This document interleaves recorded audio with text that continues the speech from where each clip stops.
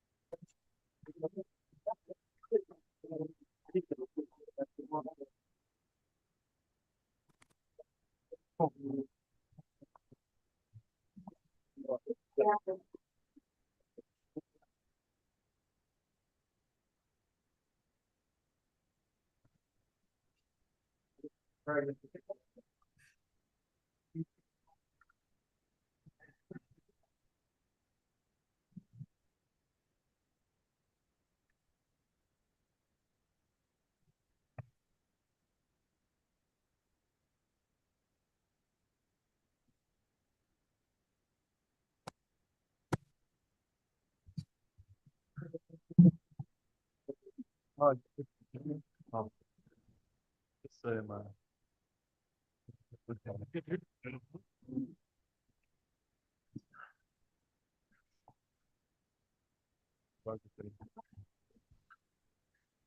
so, okay. Are we on? Are we on?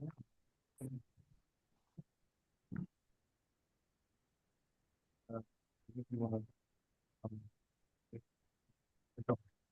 oh, probably a bit long. What am I going to say? So like I'm like, look at overall.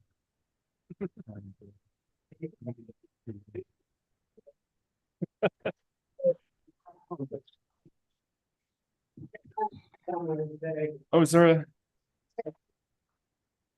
that's really thing?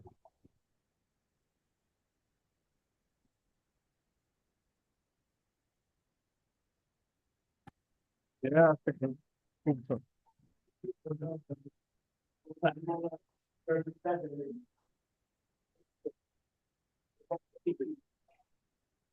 All right. Hi everyone. Hi. Thank you for coming to the GEOTALK. I'd like to welcome you. Today we have a really special guest, Nicholas Gardiner, from University of St Andrews, granite, lithium specialist, and geochemist. It's going to take it away on battery metals and the race. Thanks, Lou. It's great to be back. I think I did a GEOTALK here about 6 or 7 years ago, and I just spent a week in Eswatini with Lawrence Robb. And now I'm back, and I've just spent a week in Eswatini, but this time with Ollie, my postdoc, sitting in the front. So it's a bit of a flying visit, but it's great to be here. Do I start recording? Denial. I deny everything. Totally deny everything. I'm sure I'm definitely not the only person in the room who's been to this area in sort of West Central Namibia. I'm lucky enough to have been there a couple of times, but this is, when you're looking at things like lithium deposits, this is kind of, I guess we'd use the term elephant country now. So places where people are reevaluating the mineralization potential and going back there looking for new types of metals. And so we've got a research group, and we're lucky enough to work in different countries in Southern Africa as well. And we'll talk a little bit about that later. So just a few sort of introductory slides. I work around sort of metals for decarbonisation. This is, we hope that there's definitely a sort of critical mass moving towards decarbonisation. It may not meet its targets, but this is a huge societal challenge. We want to move from essentially an oil economy to an economy based upon renewables to try and combat climate change. And this puts an enormous pressure on metals. And this pathway to net zero, whether you think we could make it or not, that was articulated a few years ago in COP26, which seems to be itself under a lot of pressure, is arguably the biggest non-political barrier to achieving this is the supply of essential metals to build those technologies. And so there is an urgent need for more exploration and more mining of a wide range of metals, not just necessarily, 2 or 3 poster child metals, which really has a lot of implications, not just for geoscientists such as ourselves, but also for engineering endeavors, for geopolitics, for geoeconomics. I mean, you just have to read the news over the last couple of weeks to realize how important and how, I guess, under the spotlight, digging stuff out of the ground is. But there are sufficient metals in the ground, and you could argue that the supply of those metals is really limited in part by the lead times it takes to develop mines and the price that we as a society are prepared to pay in terms of the environment, societal and sort of financial impact of that. And it's interesting coming to a country like South Africa, which obviously has a different view of mining than the UK, which, for many people where I come from, it's just part of the history. So, this is quite interesting. This is an International Energy Authority report from last year where they looked at what they call battery metals at large. And this tries to look at expected demand for key metals, copper, lithium, nickel, cobalt, graphite, and the rare earths under 2 different cases. So they called in the yellow and the orange. So whether you have a sort of accelerated pathway or a pathway that we're on, and then what they assume to be production up to 2035 of the key metals. And their point is that out of all of these metals, it's really copper and lithium that are the ones that actually are predicted to be in real short supply. And so they're calling these the 2 sort of mining constrained metals. That's not to say that we don't have to find and extract other metals. Oh, sorry, yeah, okay. So the blue is expected to fly up to 2035, the base case in dark blue and high production case, which is sort of, if you like, promised but not delivered projects on the ground. And then the yellow and the orange are 2 different predictions in terms of metal demand to 2035 to enable decarbonization under sort of current scenarios and what they call an accelerated scenario. But it's really copper and lithium. And I'm going to make the point that, don't get tin as well, because my background is sort of in tin. And it is often the forgotten metal. It's really important for solder. And, it is also going to be for supply. And the IEA, for some reason, neglected, like so many people, tin. So, a little cheer out for tin. What's interesting about these is that, the difference between copper and metals like lithium, tin, tantalum is quite profound in terms of supply. So, at the top, this is really what we mined in 2021, I think. In terms of tonnages, you can see that pretty much 96% of all metals we pulled out of the ground was iron ore by tonnage. But copper's there, 20.7 million tons globally. But when we're talking about things like lithium and tin, so I don't know if I can point them out, here's tin, 305,000 tons. There's lithium, 97,000 tons. So these are markets that are about 100 times smaller than copper. So that means one mine coming on board or one mine falling apart really has a huge impact on supply of copper or people flooding the market of lithium and tin. And people flooding the market likewise can have a huge impact on supply of these smaller metals in the way that it doesn't really happen with copper, because copper is it's a mature market. There are many large mines around the world. If there was a coup in Chile, then we can go somewhere else to get it. And this kind of manifests itself in the price of these commodities. But this is showing price from January 2021 to midway through last year of lithium, nickel, cobalt, copper, and graphite. And you see that copper is relatively stable. There's a bit of a wiggle there. So here's copper, we have a stick.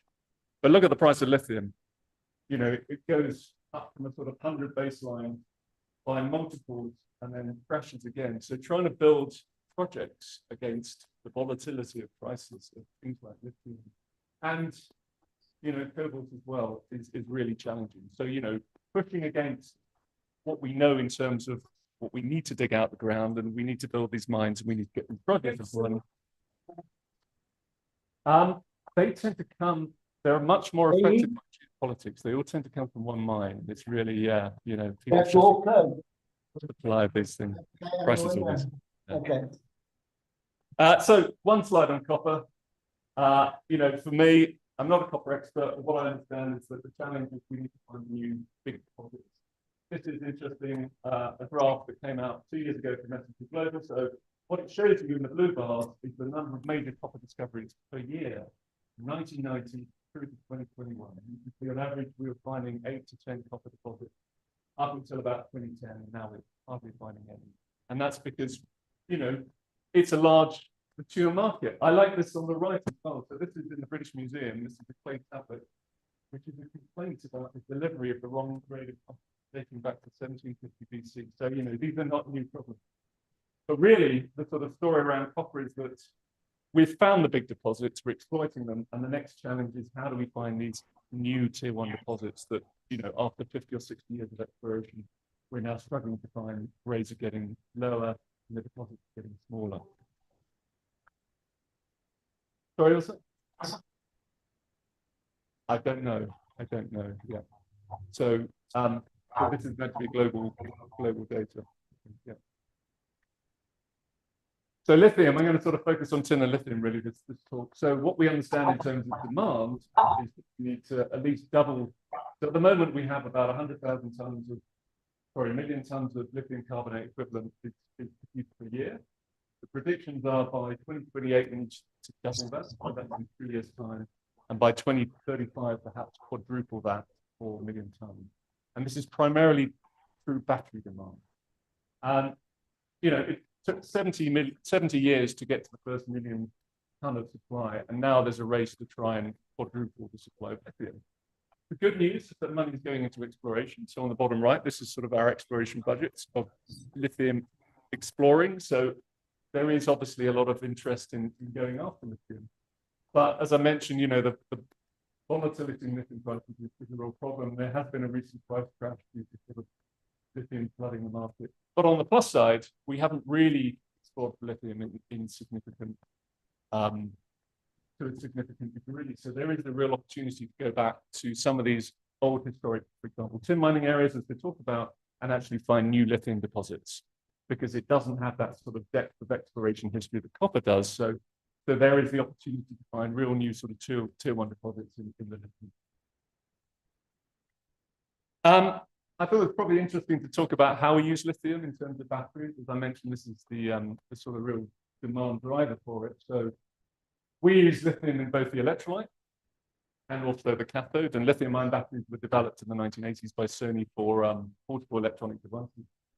And we like them for EVs because they tend to have a very high power density. Lithium is a very light element.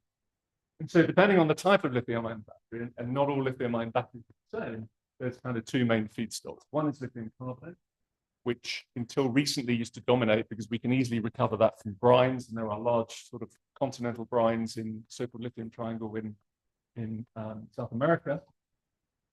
But since 2018, there's been a gradual shift to lithium hydroxide as the feedstock for battery manufacture, because the so-called NMC type batteries, and on the right there's, you know, different sort of technologies of lithium-ion batteries, and it shows you the different compositions. So you've got lithium cobalt battery, the nickel cobalt lithium battery, the nickel manganese cobalt battery, etc. So the NMC type batteries are the ones that you want for high performance EVs.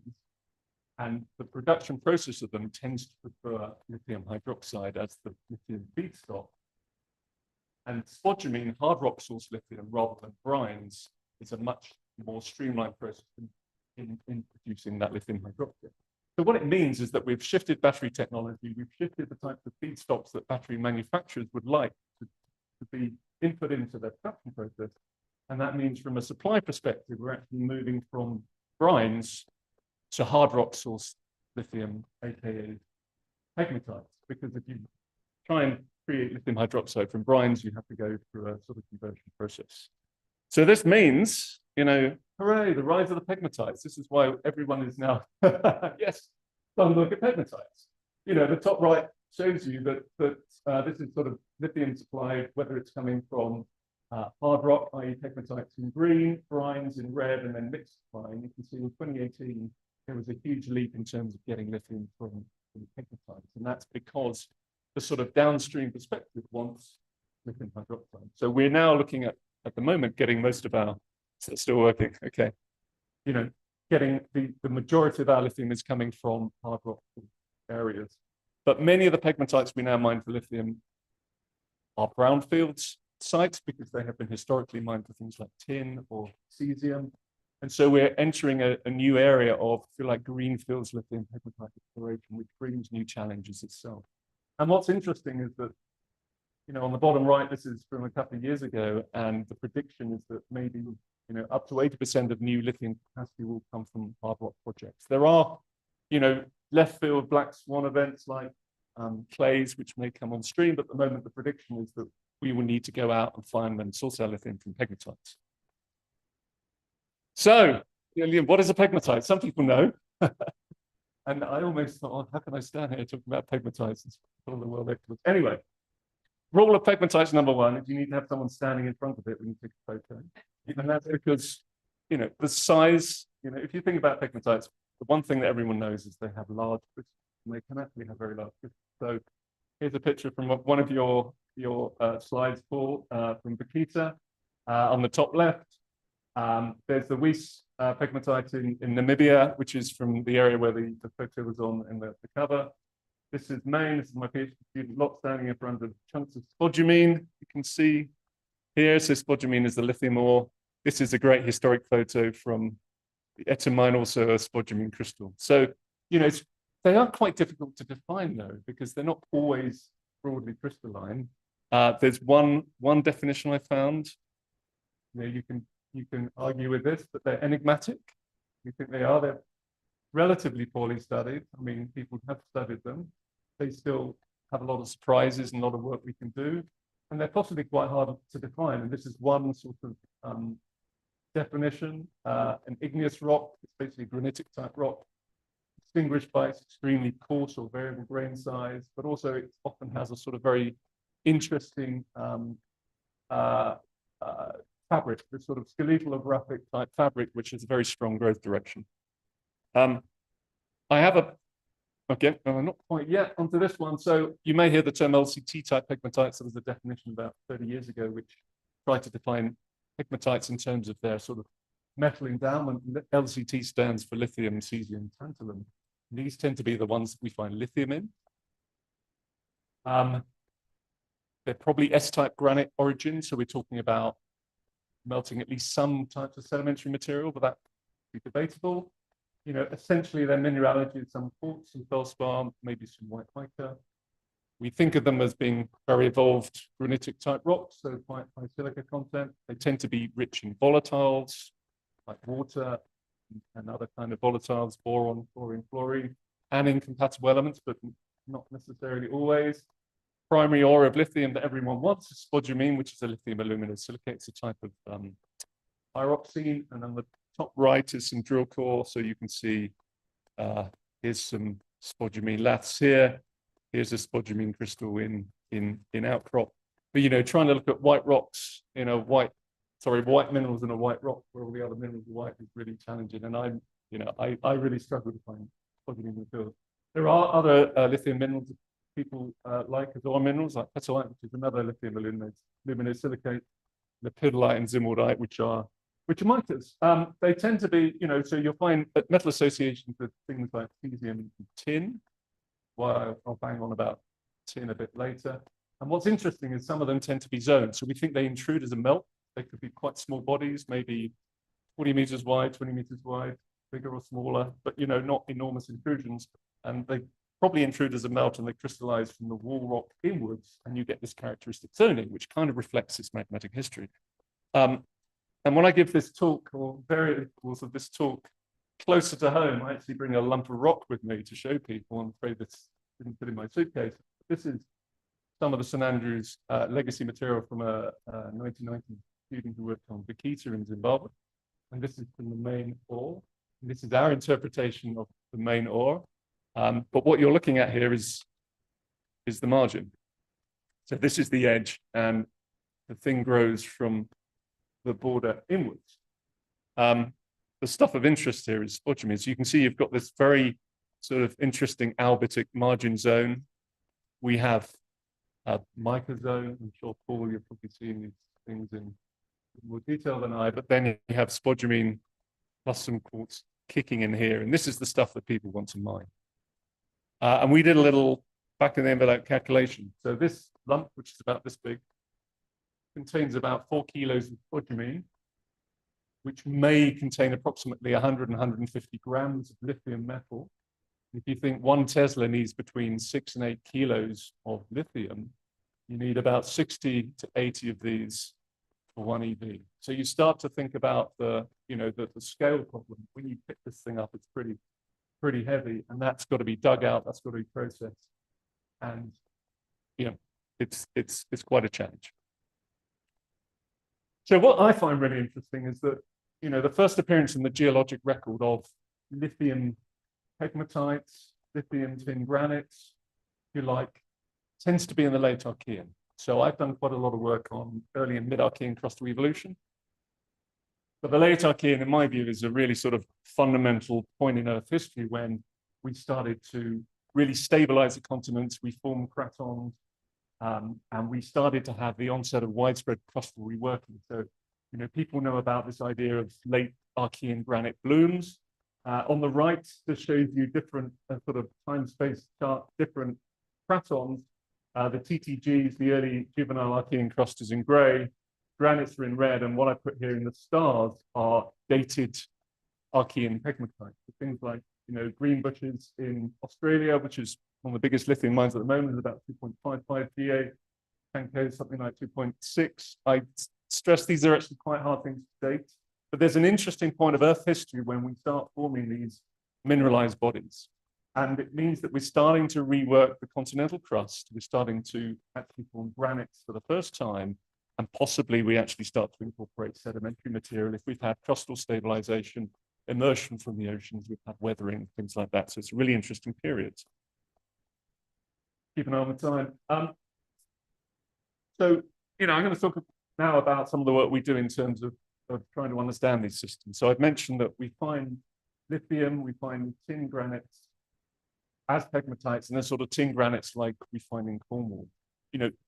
Their manifestation may be different, but in many ways, the processes of forming a metal-rich melt is quite similar. You're talking about melting the continental crust. These are all magmatic hydrothermal mineral systems. You form a volatile-rich and evolved granitic melt through partial melting that eventually reaches vapor saturation that variably may contain metals that you want to lose or you don't want to lose. But these are how these systems kind of work on a variety of scales. And the important thing is the melt is the source of the metals and the volatiles. So when you want to build models for these systems, you want to understand how do you form a melt that's full of metals and full of volatiles which can carry the metals?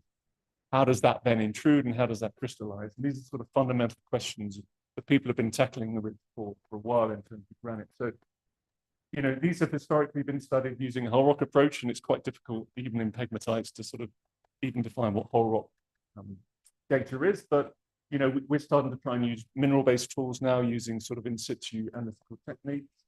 And there's also sort of interesting modeling approaches that are coming on board. So, we have a little group in St Andrews, which we call PALS, I didn't name it, pegmatites and lasers, which sort of uses these what I call the crustal evolution toolkit, trying to understand how these things work. So we are geochronologists, we want to date things, we can date granites, we're trying to understand how to date mineralization. We look at sort of mineral chemistry, whether it's using ICP-MS or whether it's using microprobe, try and say, how can that tell us about metals and metal fractionation and metal mobility? We're metamorphic petrologists, so we like understanding how things melt and how you form a melt that may have metals within it. And we also like field work. It's a lot of fun, and it's really informative to go and see these things in the field in the first place, because you can sit in the lab, you can model things, but actually, as we discovered this week, actually going out and looking at these things.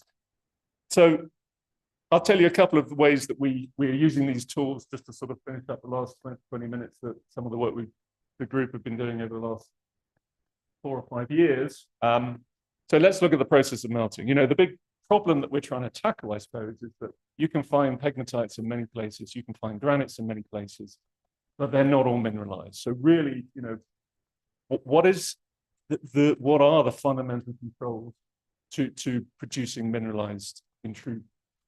And it's a challenge with tin, but it's a real challenge with lithium, because if you want to form spodumene, and you saw that little section of the Bakita pegmatite, and the spodumene appeared quite early on in the crystallization history, you need lithium melt contents, something like 5,000 or 6,000 ppm. This is what experiments tell us. And that's 250 times ordinary continental crust. So, you know, we know that we make these intrusions by melting the source and undergoing some kind of crystallization, fractional or otherwise. We were debating last night. But the key question is, you know, are these ordinary processes sufficient to actually concentrate metals to that degree that we can actually mineralize bodies? Or the alternative is you start off with a source that already has a significant content of metals.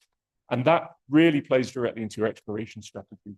Are you interested in process, or are you interested in provenance and looking at sort of protoliths that may already start off with a higher kind of degree? So, you know, as I said, we're interested in what we're melting, how the conditions of melting endow melts with metals of interest, and whether we can follow metals through the system. So a little bit about crustal melting. When you partially melt a crust, and hopefully you've had sort of, you know, people have looked at migmatites, you know, it's a thermally induced process. You start to break down generally hydrous minerals, things like the micas mainly, and then a later stage, things like hornblende. So the composition of the melt is a function of what minerals you're breaking down, and also the exchange between those minerals and what remains in the melt, whether they're acidic or heritage minerals. And what minerals remain in the melt is also a function of the source composition. So you're interested in what you're melting, the pressures and temperatures of which you melt, and how compatible these elements are, and what they want to live in, or whether they prefer to be in the melt. You know, we think that in terms of lithium and tin, they like micas, biotite, muscovite. Cordierite, there seems to be a lot of interest as to how cordierite plays a role in lithium melt endowment. But we want to get a melt with lithium and tin in it, otherwise we'll never start to get a mineralized pegmatite or a mineralized granite. And then that melt needs to escape. So we have a certain sort of minimum threshold of melting. You could melt a rock 1% melt and get a really rich granite, but that can't physically escape. So you have to have a reasonable degree of melt. We can approach this problem through thermodynamic modeling. So there's new tools that have been developed over the last 10 years that allow us to take a bulk rock composition and melt model that and say we're going beyond the solidus to try and understand, you know, in the super solidus realm, what kind of metals would be in the melt. So this is rather a complicated diagram. These are called pseudosections, but really this shows you pressure versus temperature. So this is from a 2018 study, probably one of the earliest studies looking at tin endowment. The solidus is here. So anything to the right of the melt, you can basically say predicting what phase of the stable is. Here you've got flat phase, here you've got higher you go, so this is like breakdown. The high temperature the biotite down. So this allows us to explore how the phases that are present for a given composition can then, you know, play a control on the melt. In this study, they assume that muscovite hosts tungsten and biotite hosts tin.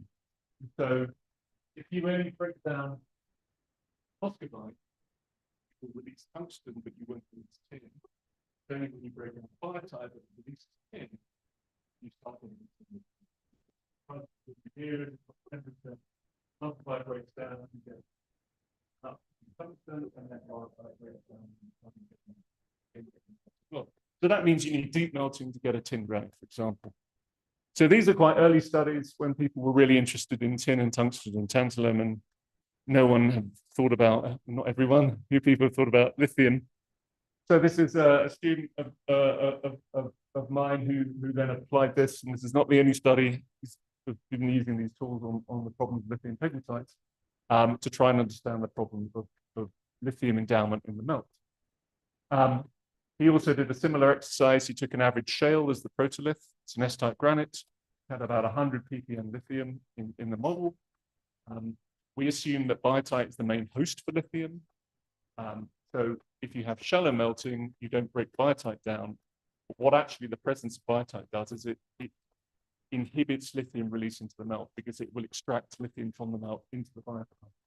So again, you need deep hotter melting to break that biotite down to give you a lithium enrichment.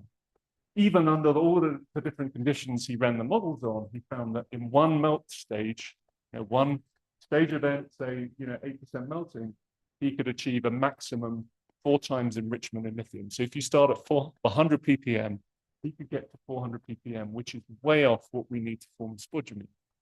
So this is when you start to say, well, how do you actually get to the point where you can get 5,000 ppm? So this is our first melt event. Start from 100, get about. This is our fresh melt.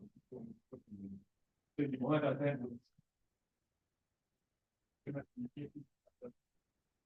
Or you start from the really.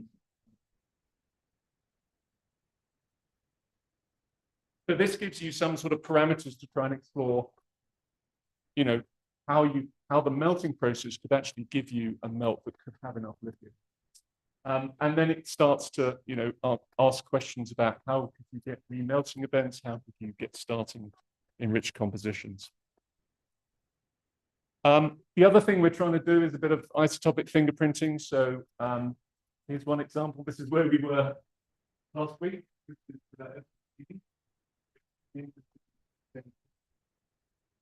Late stage granite and it's literally tin and it's wandering around. That's all right, thank you. Well, what's really interesting about them is they're all of a similar age, and one of them is mineralized. The oxygen isotope, you do them on the zircons from the different granites. Thank you. Is it working? Everything is kind of the same. These are all the different plutons. They all have a mantle-like oxygen isotope signal, apart from Cincani, which is a bit of an interesting smoking gun. So when you want to think about, do you need to melt some interesting type of sediment, which may be pre-enriched in your metals of interest, and that goes into your granite source, then, that's quite interesting. So things like using different isotope traces to understand how we can get back to the source. We only have the rock at the end point. That's our archive. Try and sort of roll back to before melting the type of source is another approach we're doing. And I suppose the final thing I wanted to talk about is how we can use mineral chemistry to actually model and understand where metals are going in these systems. So we talked about generating a melt through partial melting that has some metals. But at some point, it then undergoes crystallization. It turns into a rock, and that's the thing we sample, and that's the thing we look at. And we know that crystallization, be it fractional or equilibrium, is another process that can obviously concentrate these metals in the residual melt.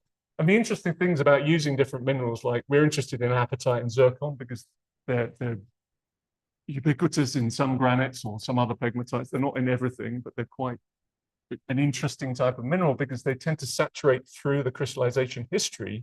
So they're formed quite early on as the melt starts to crystallize, and some other ones will crystallize at late stage. So it gives you a sort of time integrated or theoretical sort of integration through the crystallization history. And we've been looking at actually how you measure metals in these things. So people have been using proxies, things like strontium over terbium, europium anomalies, etc. This is a paper last year that came out that was looking at a big compilation of apatite contents. And we found that whether we're looking at mineralized or barren systems, the most reliable way in apatite chemistry to say whether you have a tin or a lithium deposit is you've got high tin and high lithium in your apatite. And it's kind of hopefully it kind of makes a lot of sense, really. So actually, you can measure metals in phases. This is all via laser ablation ICP-MS, and this will allow you to understand how you concentrate these metals within different systems. All of these are magmatic hydrothermal systems. They will reach this point of vapor saturation where they release the hydrothermal fluid, which is great for tin deposits because that fluid can carry the metals and then it goes and deposits tin somewhere else. It's not necessarily great for pegmatites because it will carry the lithium somewhere else and it won't allow you to form your petalite or your spodumene. So it's one thing forming a melt that's got metals in it, but it's another thing understanding where those metals then go during these final stages of crystallization. I suppose the final thing that we've been looking at is, can we trace, metal mobility at this point of vapor saturation, at the final crystallization point where you release the hydrothermal fluid. And so, again, I stand where people here have looked at iPlats a lot more than me. But we did a study a few years ago. This is the Lawrence Robb, where we looked at how zircon chemistry could monitor, say, tin concentration and tin mobility during the magnetic hydrothermal transition. What we did here is we got some drill core through iPlats, which is obviously a tin deposit up in the Bushville granites. And it's got an interesting model where it intruded as a melt and it crystallized from the outside in. And in the core, you have disseminated cassiterite, and you've got a lot of evidence for volatile saturation here. And we sampled through it, basically. So you're conceptually sampling through the magmatic history. We extracted the zircons and we measured elements in the zircons, including tin.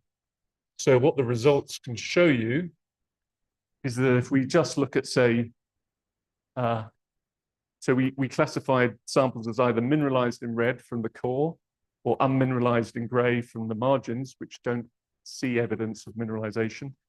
But at plotting things like samarium over gadolinium, which are both incompatible rare earth elements, assumed immobile, we get a nice fractionation trend. This is zircon data, which presumably the zircon, from many zircon, we're just zapping them, we're kind of bucketing everything together and saying, well, is this for the inner mineralized zone or the outer unmineralized zone? This is a pretty nice fractionation trend because these are considered to be immobile elements.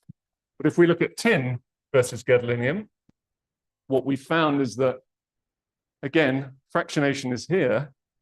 For the unmineralized samples, they sort of trot along at very low tin contents. But the mineralized samples, we're starting to get scattered to quite high tin levels.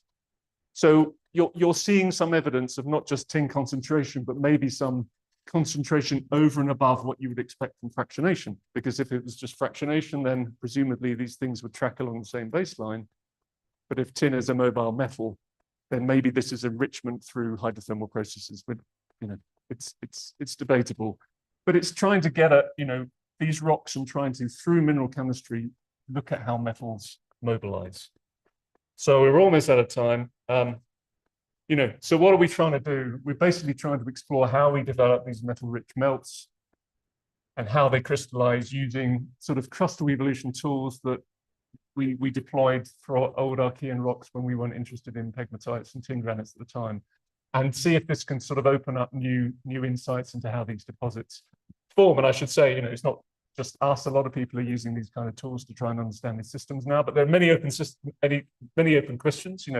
We really need to pin down this issue of source. What exactly are we melting?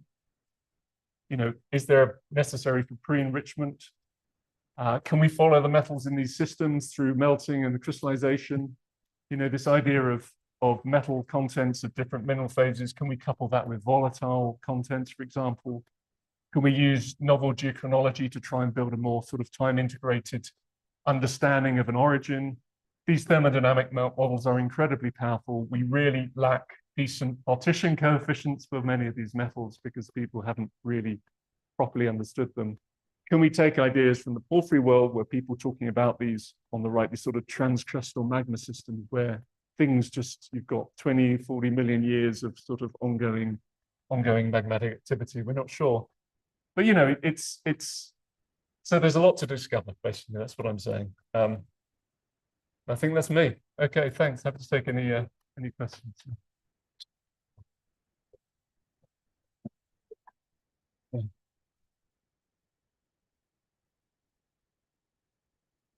No.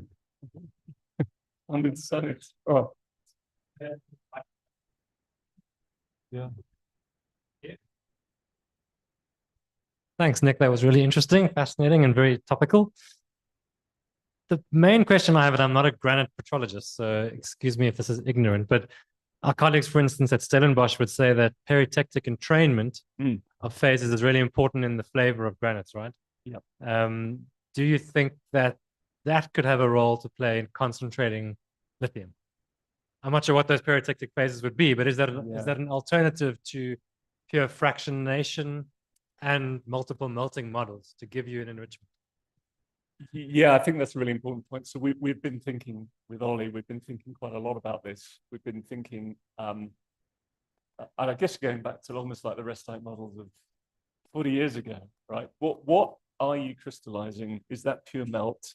Is that melt plus part of the stuff that was melting and all the peritectic phases? I think that's a really good question. So it's something we're starting to wonder about. And the other thing we are talking about is how do these things actually fractionally crystallize? Because they're really thick, they're really sticky things. The idea of, I don't know, feldspar settling through a sticky magma is just really difficult to think about. So, they almost just sit there and then solidify. And what does that really mean in terms of the models that we have developed about, a nice sort of fractional crystallization? So I think that's a great question. I don't have the answer to it, but I think, yeah, reevaluating these systems, trying to understand the effect of these peritectic minerals and what that means in terms of, yeah, if you have biotite that was a peritectic phase, but actually it's full of lithium and it's dragged up. Okay, it's not in the melt to form spodumene. If you've got a whole rock content though, obviously you're grinding it up. So yeah, good question. Yeah, thank you. Why do you think the Cinceni Pluton has rather abnormal oxygen isotope signatures? Yeah, so I guess the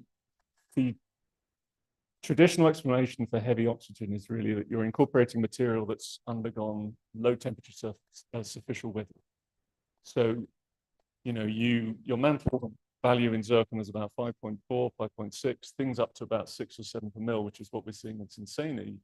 You normally attribute to there's some degree of entrainment in the melt source of stuff that's been weathered at the surface. And that's really interesting because if that's true and if that's unique to that Pluton, then one of the, I guess, invoked mechanisms for forming an enriched sediment that's full of metals is that it's undergone some significant degree of weathering. So, could it be that, and again, it's kind of early days, could it be that what it's showing you is that you've got highly weathered material, but actually that weathered material also could be the source of your metals. And that's why it's quite sort of unique. That's the one that's got high oxygen. That's sort of where we're thinking at the moment, where everything else is sort of mantle. Maybe one of the other things we're looking at the moment is it possible to actually form granites purely from TTG or from these sort of intermediate granites, which is also an interesting question because people say, oh, late stage granites, you're just remelting TTG. Experiments have suggested not. We're now doing some modeling, which perhaps maybe, but it puts some restrictions on that, whether it's amphibole versus biotite melting. So I think how you form late stage granites in the first place is quite interesting, and also, yeah, the sort of uniqueness of that one Pluton, I think, must point to some sort of sedimentary extra package in there. I guess I'm up next. Yeah. I wanted to go back to one slide. This kind of drawing, which I'm glad to see has some depth on it. Right. Yeah. Which is great. Coming from a geophysics perspective. I mean, that's going to have a massive scar that should show up geophysically. Yeah. And sometimes we see scars, but they don't look like that. So I'm trying to think of how do we quantify this sort of thing, and how do we start moving into that, right, where we're merging the geophysics and the models for generation. Yeah, no, that's a good question. So I should say that these models are developed very much for arc systems. So that's what people have talked about for 10 years. And it's the idea of long-lived magmatic systems, and you get chemical gradients and reactive flow, and these things just slowly distill their way up rather than individual plutons. And I suppose in the sort of tin granite and pegmatite world, the question is how applicable are they? And it's, as far as I'm aware, it's still early days about how people could define these. You're right, if there is this sort of deep structural root to some of these systems, I think then one of the things is that pegmatites are really hard to find because they're really small. They tend to be very similar to the host rock. As a target, they're really difficult to deal with. So geophysical imaging of tiny pegmatites is it's a hard job. But yeah, if you can build up, so yeah, I mean, this is what we've been, if you can build up a hinterland to how these things form, we find that pegmatite's often the last things in the orogenic belts, but the question is that belt has been built up over time. So yes, I think if that's valid, then that could provide you with a target. Yeah. Oh, Hi, Nick. Do you have a perspective on why the Archean produces the largest lithium pegmatites compared to the Proterozoic and the Phanerozoic? And as a sort of subsidiary to that, do you think we can assume that the sediments that are potentially melting during the Archean, giving us periluminous systems then, are the same sort of sediments, same chemically, as sediments that are melting in the Proterozoic and Phanerozoic to give us our periluminous granites in classic sort of orogenic scenarios? yeah, no, great question. So to answer the second part, no. You know, clearly you've had a step change in the composition of the continental crust after about 2.5 or 2.8 or whatever. So whatever you've weathered up, you know, up to 2.8, 2.7 must reflect the exposed crust at that time, which we know is compositionally different to most of the crust that's exposed now. So you would expect if there was a sedimentary source to these intrusions, it would have a distinct chemical signature compared to more modern Phanerozoic sort of, you know, late Proterozoic stuff. On this first question, this is something else we were talking about last night. So obviously, you know, it's really interesting. So Archean crust at 2.8 is going to be hotter, but now it's going to be more ductile. So it will behave in a very different way. And so you know, how you form much larger intrusions at that time, I suppose it comes back to, you know, are you forming much larger volumes of melt? And or is the emplacement mechanism a bit more distinct? You know, because I don't know enough about how these things in place and how far they can rise, but you know, obviously they will follow lineaments, they will follow structures. And if you have much broader structures in the Archean, because things are much more ductile, that can not only help melting process, but actually help accommodate and bring these things further up, then that's probably the way I would go to try and understand why the sort of, you know, Archean pegmatites are quite distinct. Do you have any insight on how tectonic setting fits into this?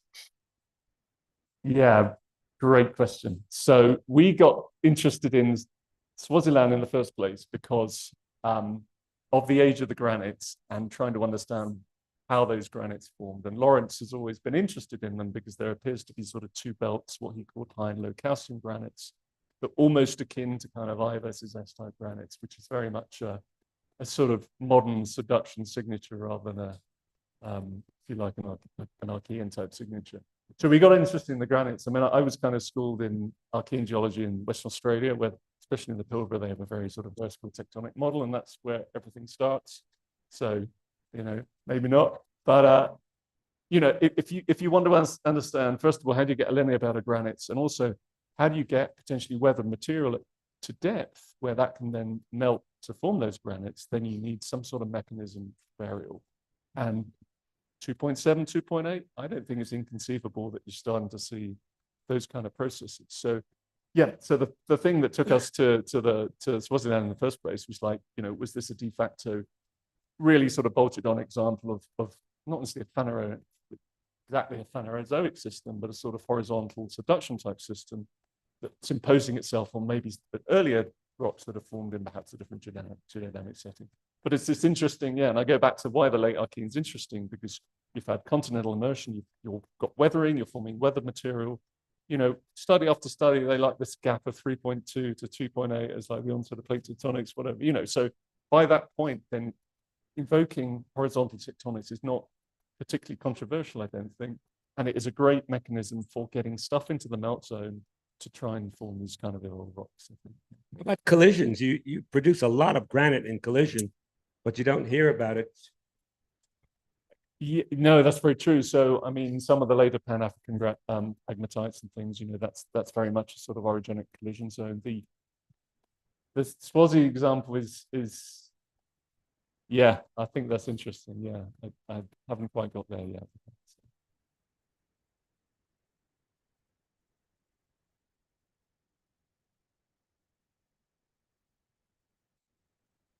Okay, well, if there's no other questions, I think we'll let you off the hook. Are there?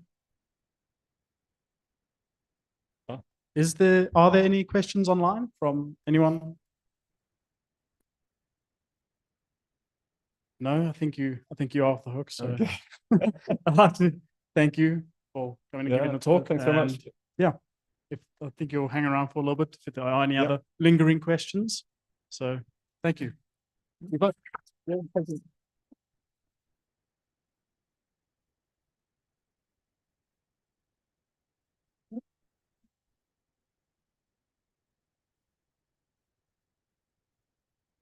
Audience, take the class. Yeah. There we go. Yeah, yeah, exactly. I stood up and